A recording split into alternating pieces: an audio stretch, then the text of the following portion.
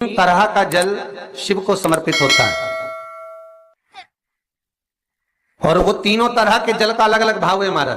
पहला जल सादा, घर से पानी लेकर गए, जल लेकर गए, शंकर को चढ़ाया, वो हमने घर का अपना एड्रेस बता दिया, भगवान शिव को जल चढ़ाकर अपने आनंद के लिए शंकर से कुछ प्राप्त कर लिया। दूसरा जल, जल के कलश में थोड़ा सा इत्र डालकर शंकर को जब समर्पित करते हैं तो महाराज घर में अगर कोई व्यक्ति बहुत रोगीला है, बहुत रोगीला, एक शिव महापुराण में, स्कंद पुराण में, नर्मदा पुराण में, भविष्य पुराण में, अग्नि पुराण में, नारद पुराण में, बरहा पुराण में, वामन पुराण में जितनी चीजें लिखी गई है एक एक प्रैक्टिकल कर देखो तो शिव महापुराण, स्कंद पुराण का ये भाव याद करिए कि एक लोटे पानी में इत्र मिलाकर, जल में इत्र मिलाकर, बहुत रोगीला व्यक्ति, बहुत बीमार व्यक्ति है, एक लोटा पानी उसका हाथ का स्पर्श कराकर शंकर को चढ़ाना प्रारंभ कर दीजिए। महाराज केवल 5 या 7 दिन चढ़ाओ और वो 7 दिन के बाद में उस बीमार व्यक्ति का क्रम देखिए कि उसमें कितना आराम लगा है। औषधि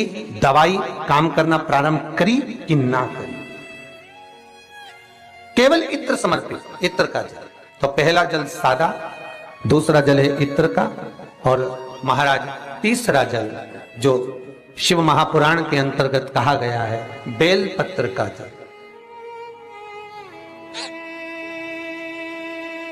तीसरा जो जल है वो बेलपत्र का जल है। बेलपत्र का जल कैसा? तो महाराज शिव महापुराण की कथा कहती है कि जल के पात्र में एक बेलपत्र अंदर डालकर उस जल के पात्र को ले जाकर शिव को समर्पित करना, अर्थात अपनी मन की कामना भगवान शंकर से कह देना। केवल बेलपत्र के माध्यम, बोलना नहीं है हमको, कुछ